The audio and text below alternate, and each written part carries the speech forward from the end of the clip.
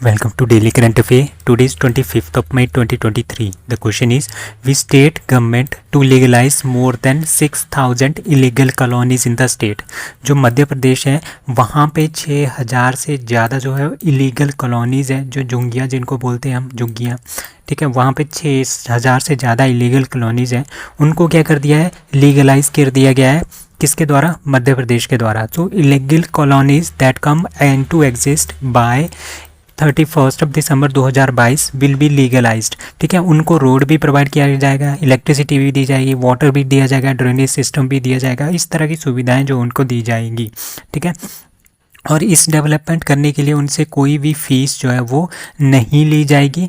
ठीक है, from the resident of this colonies. ठीक है, जो अर्बन के एरिया के पुअर हैं, गरीब हैं और लेबरर हैं, ठीक है, जो मजदूर हैं, उनको क्या प्रोवाइड किया जाएगा? उनको 5 रुपए में खाना भी प्रोवाइड कर दिया जाएगा। किसके द्वारा? मध्य प्रदेश के द्वारा। सो मध्य प्रदेश के बारे में जानते हैं। It is the second largest state in India after Rajasthan. ठीक है, इन टर्म ऑफ एरिया।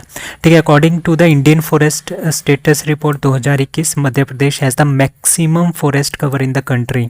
ठीक है, in term of area 25.14% of area is covered by forest in Madhya Pradesh. So chief minister यहाँ के शिवराज सिंह चौहान है, कैपिटल है भोपाल। इंडिया एंड ऑस्ट्रेलिया ने एक एग्रीमेंट साइन किया है, किस किस के फील्ड में? माइग्रेशन के फील्ड में, मोबिलिटी पार्टनरशिप के फील्ड में और ग्रीन हाइड्रोजन के फील्ड में। ठीक है, माइग्रेशन और मोबिलिटी पार्टनरशिप मतलब कि इंडिया से जो लोग जाते हैं कहाँ पे? ऑस्ट्रेलिया। ठीक है, ऑस्ट्रेलिया से जो लोग इंडिया आते हैं उनकी सुविधाएं प्रदान करने के लिए, एंड ग्रीन हाइड्रोजन में अपनी टेक्नोलॉजी को बढ़ाने के लिए ये जो है MOU एग्रीमेंट्स जो है वो साइन हुए इंडिया और ऑस्ट्रेलिया के बीच में। सो MOU was exchange after the bilateral meeting, किस किस के बीच में? PM नरेंद्र मोदी और एंथनी एल्बनीज़। ठीक है, नरेंद्र मोदी इंडिया के PM एंड एंथनी एल्बनीज़ कहाँ के हैं? ऑस्ट्रेलिया के काउंटर पार्ट, ऑस्ट्रेलिया के प्राइम मिनिस्टर। ठीक है, तो और अभी आपको पता है कि जो वर्ल्ड कप है, ODI वर्ल्ड कप क्रिकेट का, वो इंडिया में होने वाला है। तो प्राइम मिनिस्टर नरेंद्र मोदी ने prime minister Australia that is Albanese और ऑस्ट्रेलियन क्रिकेट फैंस को इंडिया में वर्ल्ड कप के लिए इनवाइट किया है।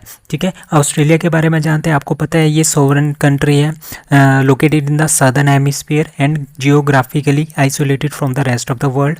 कैपिटल इसकी कैनबरा है। Government federal parliamentary constitutional monarchy है।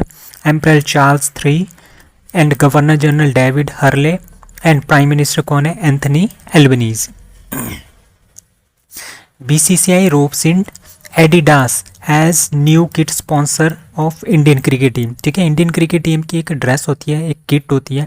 ठीक है, उसके जो स्पॉन्सर थे पहले वो थे केवल किरण क्लोथिंग लिमिटेड। ठीक है, उसको रिप्लेस कर दिया गया है किसके द्वारा? एडिडास के द्वारा। अब जो क्लोथिंग होगी, जितना भी किट होगी, जो पूरी की पूरी किट है इंडियन क्रिकेट टीम की, वो कौन बनाएगा? वो बनाएगा एडिडास। एडिडास एक जर्मन मल्टीनेशनल कॉरपोरेशन है, एक कंपनी है जो बहुत ही ज़्यादा फेमस है डिज़ाइन एंड मैन्युफैक्चरिंग के लिए, एथलेटिक फुटवियर के लिए एंड इक्विपमेंट्स के लिए। ठीक है, जो इंग्लैंड क्रिकेट बोर्ड है और ऑस्ट्रेलियन क्रिकेट बोर्ड है वो भी इन्हीं से किट्स वगैरह स्पॉन्सर इन्होंने की हुई है। ठीक है, BCCI ने ये जो एडिडास के साथ जो है किट स्पॉन्सरशिप के लिए 5 साल का अनुबंध जो है वो किया है। किसके साथ? एडिडास के साथ। कितने करोड़ का? 250 करोड़ की ये डील है। ठीक है, BCCI के बारे में जानते हैं। BCCI is the board of control of cricket in India. ठीक है, ये नेशनल गवर्नमेंट गवर्निंग बॉडी है फॉर क्रिकेट इन इंडिया। ठीक है, और जितने भी इंडिया में फंक्शन है क्रिकेट के वो BCCI के द्वारा होल्ड किए जाते हैं। इसका हेडक्वार्टर है वानखेड़े स्टेडियम मुंबई में। ठीक है, BCCI manage all the activities of cricket in India as well as overseas, मतलब कि इंटरनेशनली भी ये इंडिया को रिप्रेजेंट करते हैं। So the BCCI organise domestic भी होते हैं इसमें, इंटरनेशनल क्रिकेट टूर्नामेंट्स भी होते हैं और सीरीज़ भी इसमें होती है कंट्रीज़ के बीच में। ठीक है, एस्टेब्लिशमेंट कब हुआ था इसका? 1928 में ये बना था। प्रेसिडेंट इसके आजकल है रोजर बिनी और CEO है हेमंग एमिन। जो हमारे पास फाइनेंशियल सपोर्ट है किसके लिए? किसके लिए? To promote the green shipping. ठीक है, वो दिया जाएगा किसके द्वारा? सेंटर के द्वारा, सेंट्रल गवर्नमेंट के द्वारा। वो कितना % दिया जाएगा? 30% जो है वो दिया जाएगा सेंट्रल गवर्नमेंट के द्वारा। ठीक है, financial 30% of financial support is to be given by the central government of India, किसके लिए? To promote the green shipping. ठीक है, अब ग्रीन शिपिंग के बारे में जानते हैं। जिस तरह से आप सपोज कर लो जैसे इंडिया है, इंडिया क्या होगा, किसी और कंट्रीज़ के लिए सामान भेजेगा तो किसके द्वारा होता है? सबसे ज़्यादा जो ट्रांसपोर्टेशन होती है वो होती है शिप्स के थ्रू। ठीक है, जो जहाज़ होते हैं, समुद्री जहाज़ होते हैं, उसके थ्रू। ठीक है, अब समुद्री जहाज़ किससे चलते हैं? ये डीजल से चलते हैं, इसमें बहुत सारा पेट्रोल चाहिए होता है या फिर फ्यूल चाहिए होता है।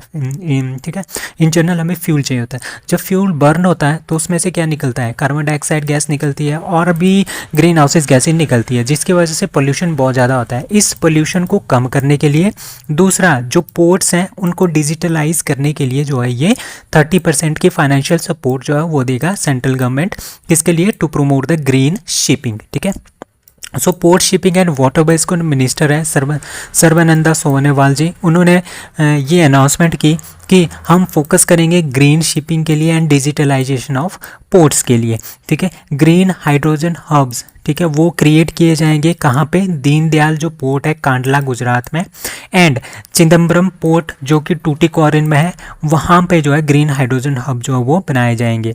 ठीक है, 2 tugs each will be procured for Jawaharlal Nehru, VO Chidambaram and Paradip and Deendayal port. ठीक है, एक सिंगल विंडो, अब क्या किया जाएगा? एक सिंगल विंडो बनाई जाएगी जहाँ पे रिवर एंड सी क्रूजेस की बुकिंग जो है वो होगी, और ये बुकिंग क्या होगी? डिजिटल फॉर्म में होगी।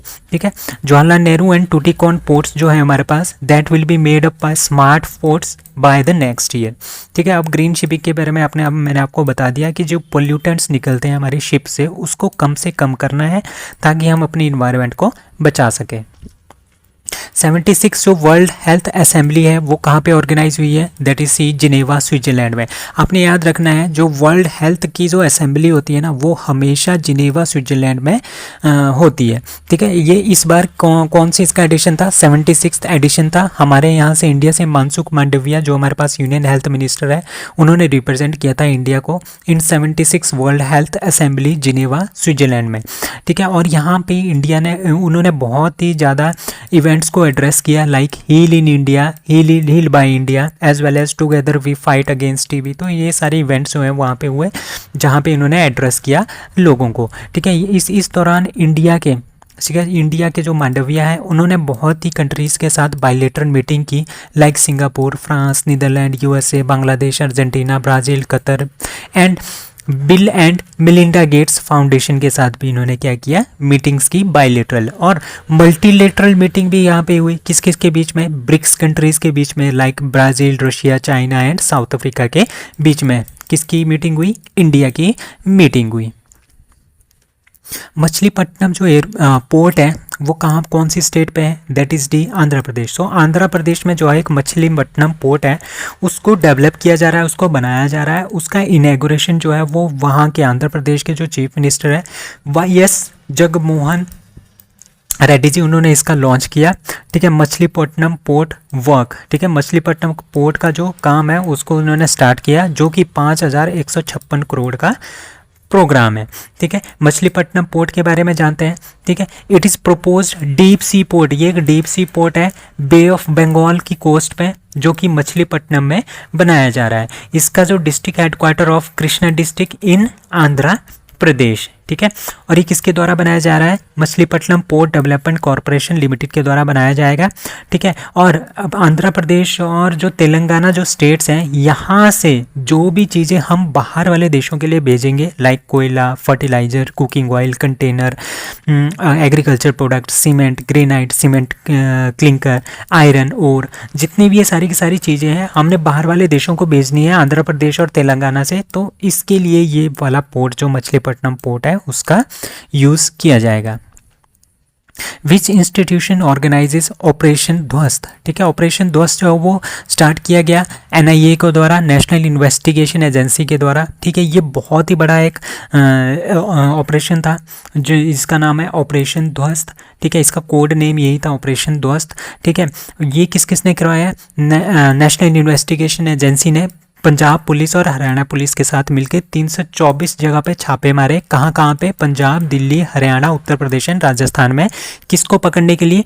Drug smugglers and weapons smuggling को को प्रिवेंट करने के लिए, उसको बचाने के लिए, उसको ना होने देने के लिए, ठीक है। इसमें क्या थे, इसमें बहुत सारे nexus among terrorist, gangsters and drug dealers, उनको क्या किया गया, पकड़ा गया, ठीक है। और इसमें 3 पर्सन को इसमें क्या किया गया, has been arrested which has very much connection with the multi-state raid conducted in the 3 cases relating to the nexus among the terrorist, gangster and drug dealers, ठीक है। जो ये ड्रग डीलिंग हो रही है, ठीक है, स्मगलिंग ऑफ ड्रग हो रहा है, स्मगलिंग ऑफ वेपन हो रहा है, ये सारे के सारे जो इससे जो पैसा आएगा, इससे जो अर्निंग होगी, वो टारगेट किलिंग में, एक्सटॉर्शन में और terror funding like pro Khalistani वाले जो लोग हैं, वो वाला ज़्यादा से ज़्यादा इसका यूज़ कर रहे थे, तभी इन लोगों को पकड़ा है, ठीक है। सो ऑपरेशन ध्वस्त जो है आपने याद रखना है, नेशनल इन्वेस्टिगेशन एजेंसी ने इसको ऑर्गेनाइज किया था with the help of Punjab police and Haryana police. Saurav Ganguly has been named as the brand ambassador of that is B Tripura tourism. So Tripura जो टूरिज्म है उसके जो ब्रांड एम्बेसडर है वो सौरभ गांगुली जी को बनाया गया है, ठीक है। तो आपको पता ही है Tripura is the north east की एक स्टेट है। ये इसका जो बॉर्डर लगता है ना, वो कहाँ पे लगता है, आप यहाँ पे जिसको चेक कर सकते हो, ठीक है। इसका जो बॉर्डर लगता है आपका लगता है असम, ठीक है, मिज़ोरम के साथ लगता है, असम और मिज़ोरम के साथ, ठीक है। और यहाँ पे ये किसके साथ लगता है, बांग्लादेश के साथ भी इसका बॉर्डर लगता है, ठीक है। त्रिपुरा जो है वो 8 डिस्ट्रिक्ट में बंटा हुआ है, इसमें 23 सब डिविजन्स हैं और इसकी कैपिटल है अगरतला, ठीक है। त्रिपुरा हैज़ 19 डिफरेंट, यहाँ पे 19 डिफरेंट ट्राइबल कम्युनिटीज़ हैं, जिसमें से सबसे ज़्यादा बंगाली लोग हैं।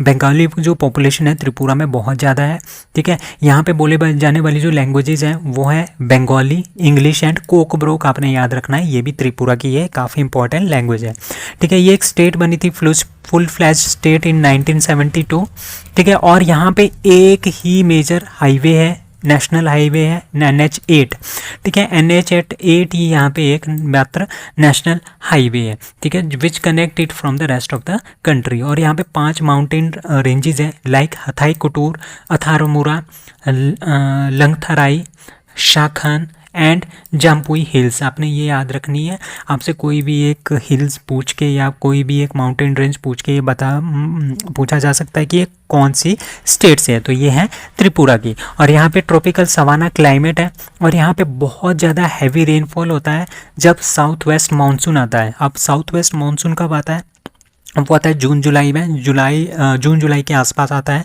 ठीक है। उस टाइम यहाँ पे बहुत ही ज़्यादा क्या हो जाती है, बारिश होती है। So that's all for today. Thank you.